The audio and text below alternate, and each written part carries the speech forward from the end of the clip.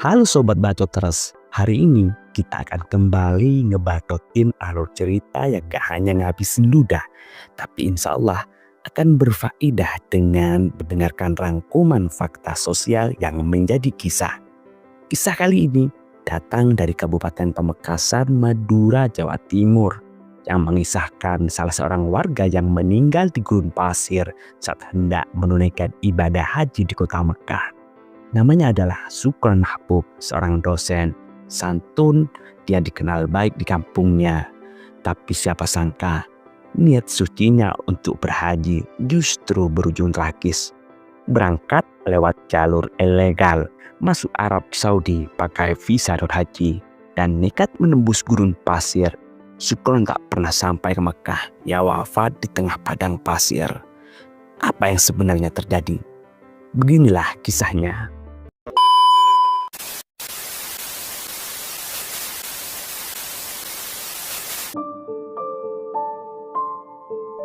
Di sebuah sudut sunyi di desa Pelumpungan, Kecamatan Larangan, Kabupaten Pamekasan, hiduplah seorang pria bernama Sukron Mahbub.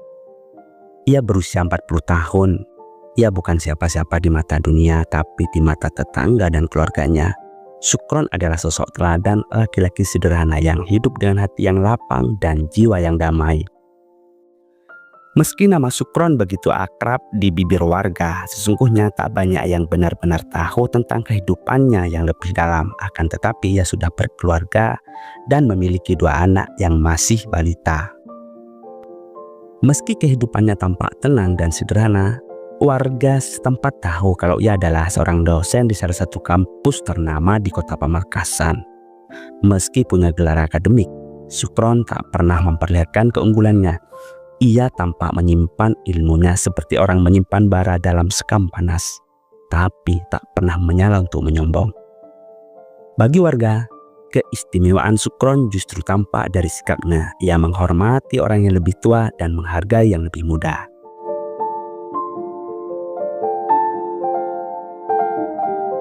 Begitu juga di lingkungan tempat Sukron bekerja sebagai dosen. Meski jarang berbicara banyak di forum-forum akademik, teman-teman sejawatnya justru menyebutnya Sukron adalah orang yang baik. Sering dikenal sebagai pribadi yang baik dan rendah hati, Sukron juga diam-diam memiliki jaringan yang luas. Mulai dari berbagai organisasi kemasyarakatan, baik kelompok kajian keislaman hingga organisasi sosial di tingkat kabupaten.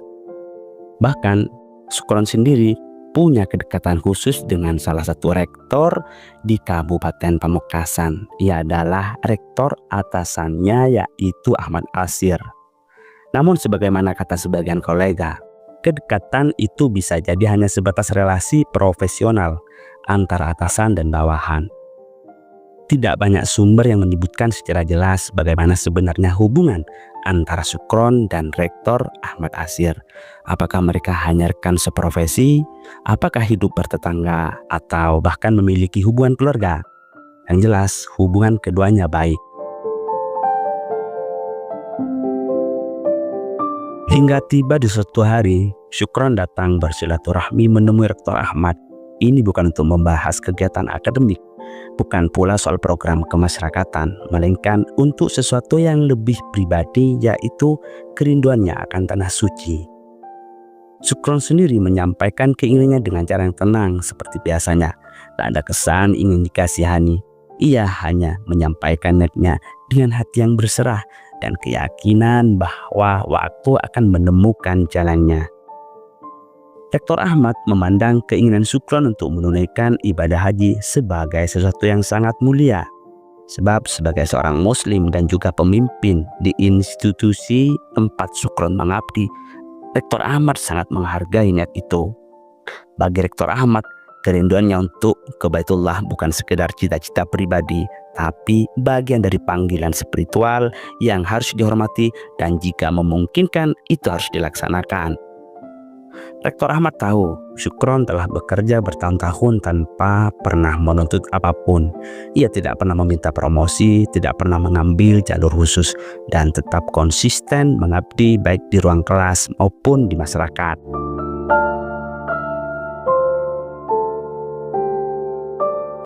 Dan disinilah masalahnya bermula. Sukron bukan hanya sekedar bersilaturahmi secara spiritual atau mencari dukungan moral kepada Rektor Ahmad. Dalam hati yang diliputi keraguan, ia mulai mencari saran dan pertimbangan.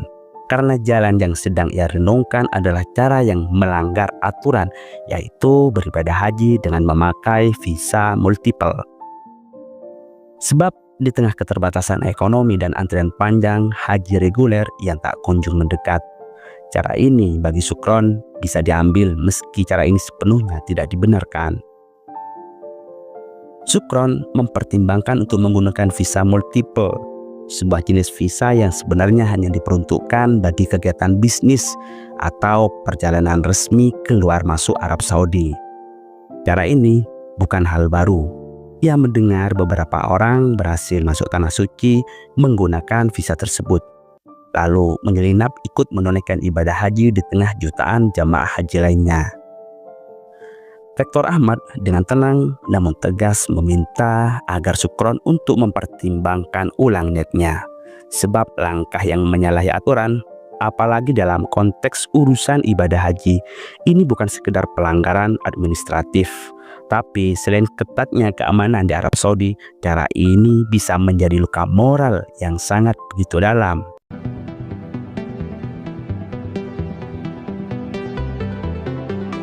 Tak banyak sumber yang diketahui tentang status keberangkatan Sukron Mahbub ke Tanah Suci. Tak ada pengumuman resmi, tak tercatat dalam daftar jamaah haji dari Kemenak, dan tak ada dokumentasi keberangkatan dari travel yang bisa digunakan. Namun tiba-tiba pada Juni 2025 kabar itu beredar.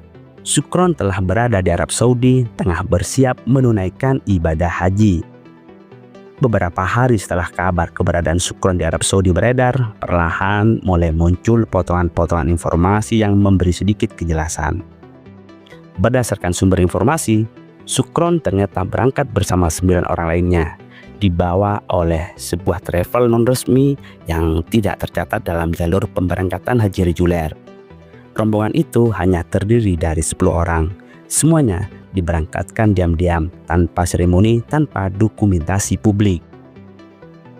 Kabar ini menambah kerumitan pandangan terhadap keputusan Sukron. Di satu sisi ia dikenal sebagai sosok yang mengerti hukum, tapi di sisi lain keberangkatannya melalui jalur tidak sah secara administrasi membuat banyak orang terdiam, tak percaya sekaligus tak berani menghakimi.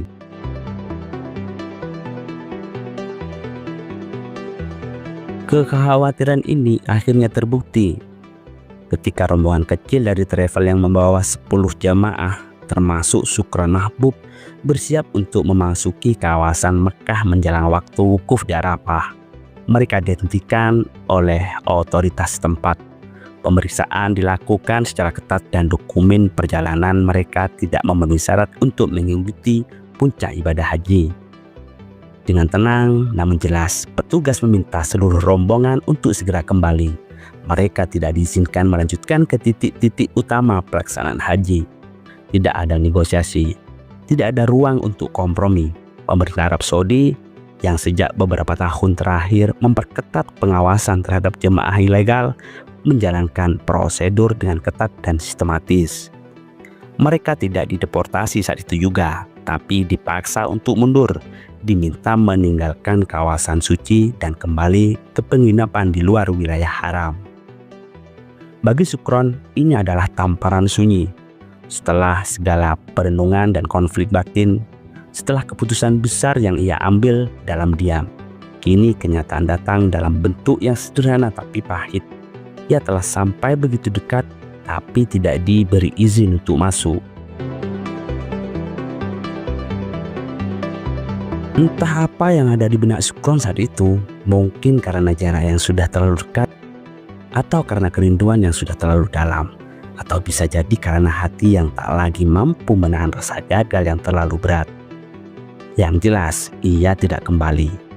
Bersama 2 rekan lainnya, dari rombongan 10 orang itu, ia memutuskan sesuatu yang tidak mereka rencanakan sebelumnya, yaitu melanjutkan perjalanan secara diam-diam ke arah Mekah, melewati jalur belakang yang tak resmi, yaitu di Gurun Tanim, padang pasir gersang yang terhampar luas di selatannya wilayah haram.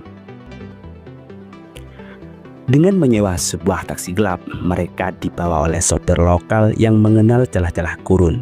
Mobil kecil itu melaju pelan menyusuri jalur tandus yang tidak dilalui kendaraan umum. Tidak ada papan petunjuk, tidak ada lampu, hanya hamparan pasir, ilalang mati dan gelombang panas yang berteriak dari tanah itu terus menghembus. Perjalanan itu sunyi, tidak banyak bicara, yang ada hanyalah tekad yang menggumpal dalam dada, dibalut debu yang berterbangan dari jendela mobil yang rapuh.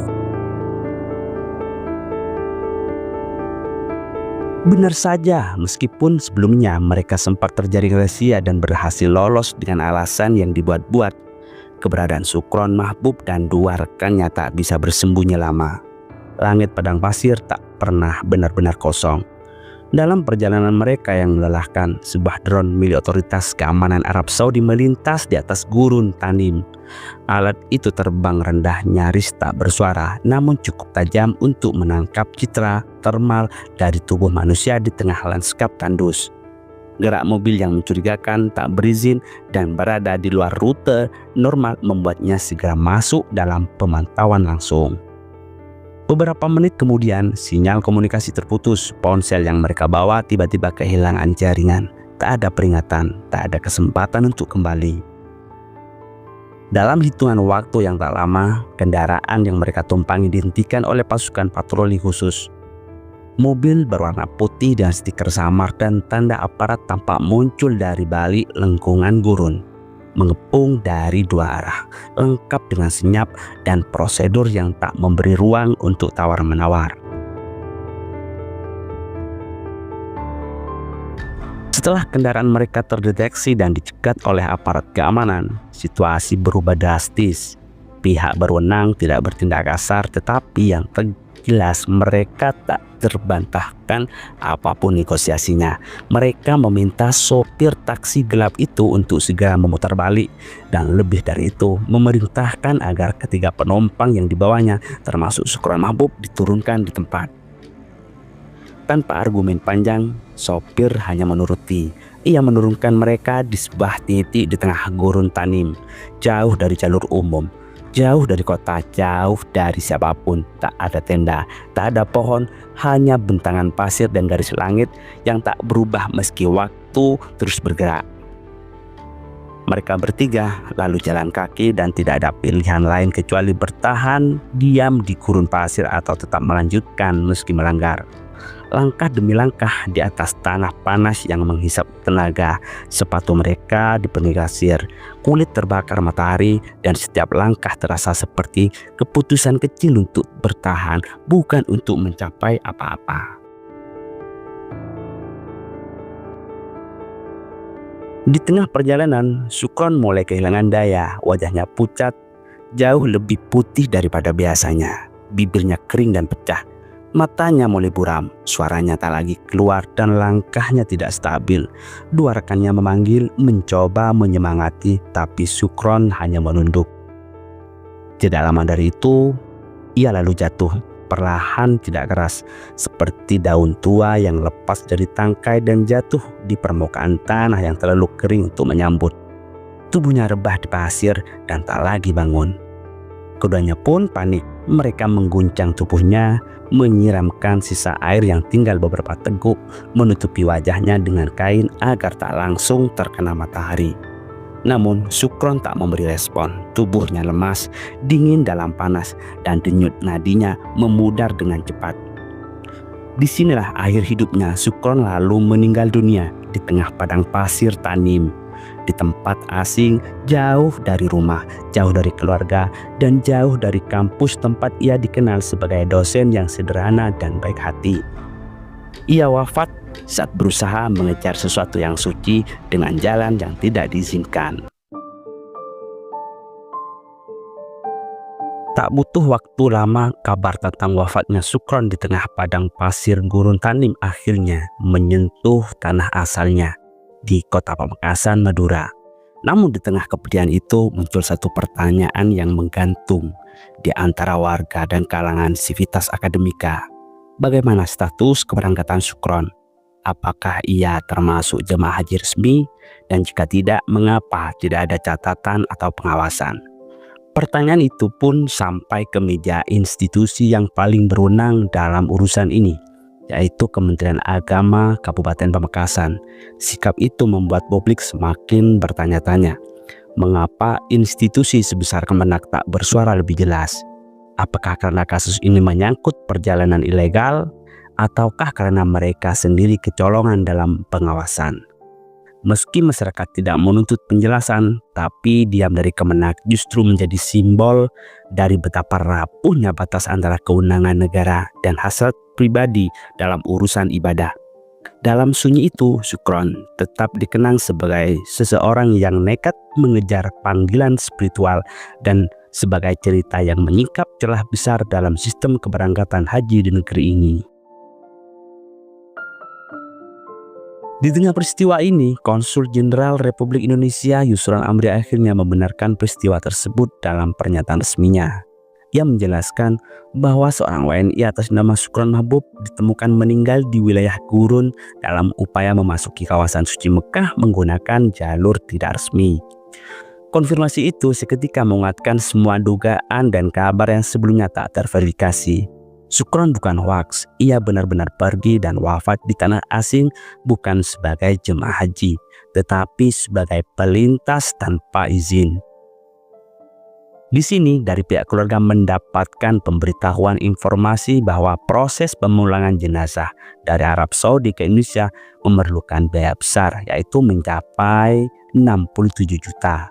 Jumlah yang sangat jauh dari jangkauan keluarga Sukron. Keluarganya di desa Plumbungan terdiam, mereka bukan keluarga berada. Bagi mereka angka itu bukan sekedar nominal. Itu adalah dinding yang membatasi antara perpisahan yang pantas dan kehilangan yang menyakitkan. Akhirnya mereka pasrah dengan suara lirih dan mata berkaca-kaca. Seorang anggota keluarga menyatakan kepada media lokal bahwa mereka menyerahkan sepenuhnya kepada pemerintah dan jika pun jenazah Sukron harus dimakamkan di tanah suci, mereka hanya bisa menerima dengan ikhlas.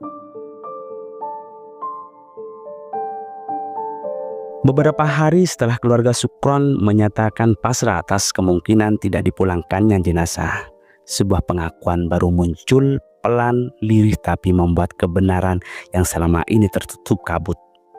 Salah satu kerabat dekat Sukron, seorang laki paruh baya yang enggan disebut namanya, akhirnya angkat bicara di tengah suasana duka dan kunjungan tamu yang tak henti.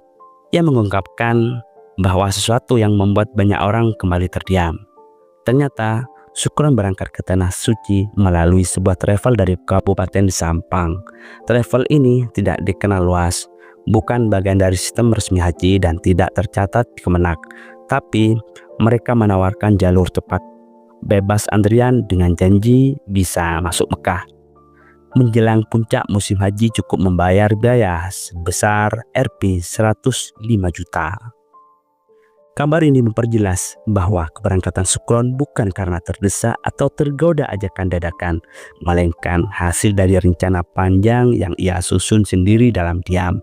Ia memilih travel dari luar kabupaten, kemungkinan untuk menghindari deteksi. Apa pelajaran yang bisa kita ambil?